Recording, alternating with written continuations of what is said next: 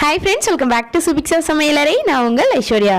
இன்னைக்கு நம்ம ரவை வச்சு ரொம்பவே சூப்பரான சாஃப்டான ஒரு ஸ்வீட் ரெசிபி தான் பார்க்க போறோம்.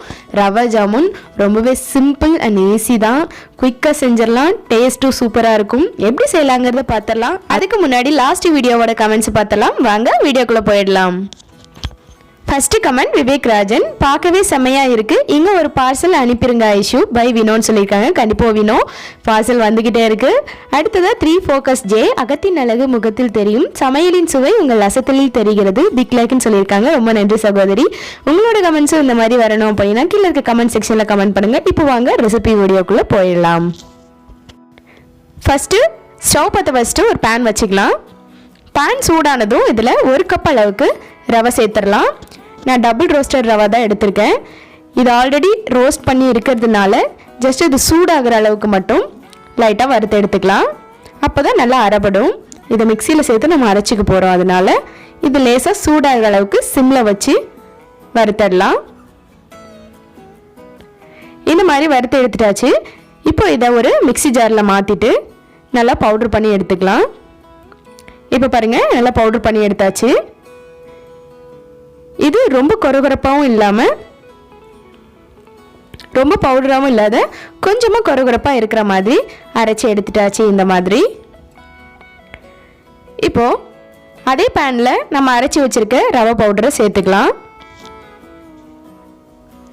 சேர்த்துட்டு இப்போ இதில் 1 கப் ரவைக்கு எந்த கப்பில் ரவை எடுத்தோமோ அதே கப்லேயே 3 கப் அளவுக்கு பால் சேர்த்துக்கலாம்.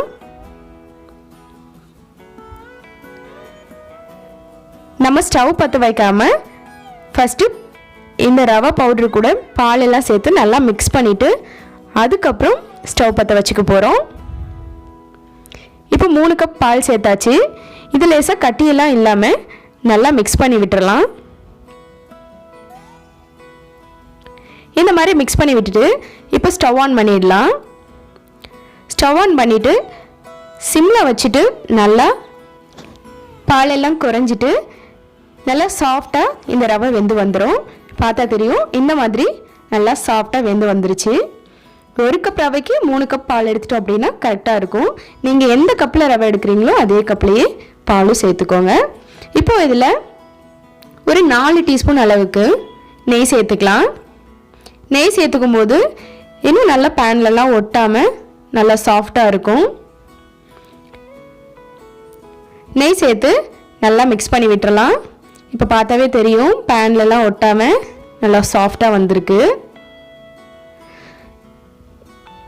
இப்போ நெய் சேர்த்து நல்லா மிக்ஸ் பண்ணதும் ஸ்டவ் ஆஃப் பண்ணிவிட்டு ஒரு 2 நிமிஷம் வரைக்கும் இதை நல்லா ஆற விட்டுறலாம்.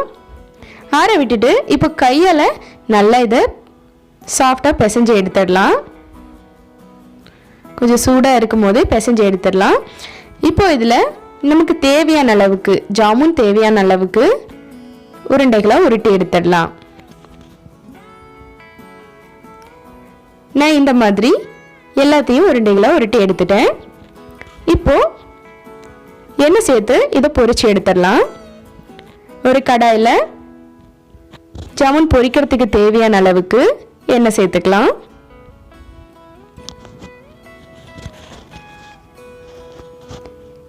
எண்ணெய் சூடானதும் இப்போ இதில் நம்ம பிடிச்சு வச்சிருக்க உருண்டைகளை ஒன்று ஒன்றா சேர்த்துடலாம்.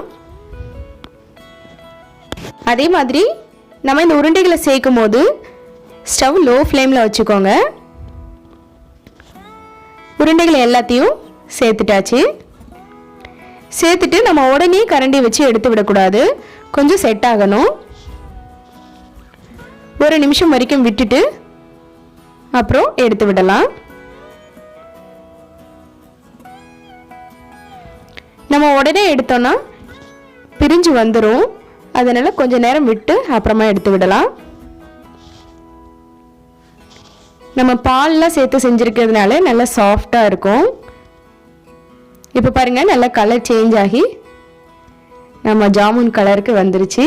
இந்த மாதிரி நல்ல கோல்டன் ப்ரௌன் கலர் வந்ததும் இப்போ இதை எடுத்துடலாம். இப்போ நம்மளுக்கு ரவை உருண்டை சூப்பராக அழகாக ரெடி ஆகிடுச்சு. அடுத்ததாக சுகர் சிரப், அதாவது சர்க்கரை பாகு ரெடி பண்ணிடலாம். அதுக்கு இப்போது ரவை எடுத்த கப்லேயே 1 கப் ரவைக்கு 2 கப் அளவுக்கு சர்க்கரை சேர்த்துக்கலாம். 2 கப் சர்க்கரைக்கு 3 கப் அளவுக்கு தண்ணி சேர்த்துக்கலாம். 3 கப் தண்ணி சேர்த்துட்டு இது நல்லா ஒரு 5 மினிட்ஸ் வரைக்கும் கொதிக்க விட்டுறலாம். இது கொஞ்சம் கொதிச்சு வந்ததும் இது கூட 2 ஏலக்காயை தட்டிட்டு சேர்த்துக்கலாம்.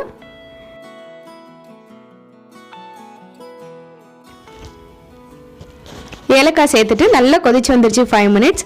இப்போ ஸ்டவ் ஆஃப் பண்ணிவிட்டு நம்ம பொரிச்சு வச்சுருக்க ரவா உருண்டைகளை இப்போ இது கூட சேர்த்துடலாம்.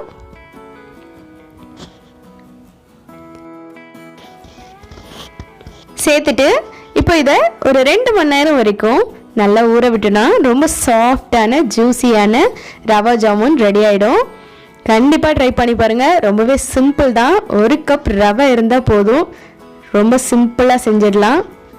செஞ்சு பார்த்துட்டு எப்படி இருக்குது அப்படிங்கிறத கமெண்ட் செக்ஷனில் சொல்லுங்கள். இந்த வீடியோ உங்களுக்கு பிடிச்சிருந்துச்சுன்னா லைக் பண்ணுங்கள், ஷேர் பண்ணுங்கள், கமெண்ட் பண்ணுங்கள். சுபிக்ஷா சமையலறையை சப்ஸ்கிரைப் பண்ணாதவங்க சப்ஸ்கிரைப் பண்ணிக்கோங்க. கூடவே பெல் ஐக்கானை கிளிக் பண்ணி ஆல்ங்கிற ஆப்ஷனை கிளிக் பண்ணிக்கோங்க. அப்போ தான் நான் போடக்கூடிய வீடியோவோட நோட்டிஃபிகேஷன் உடனுக்குடனே உங்களுக்கு வரும்.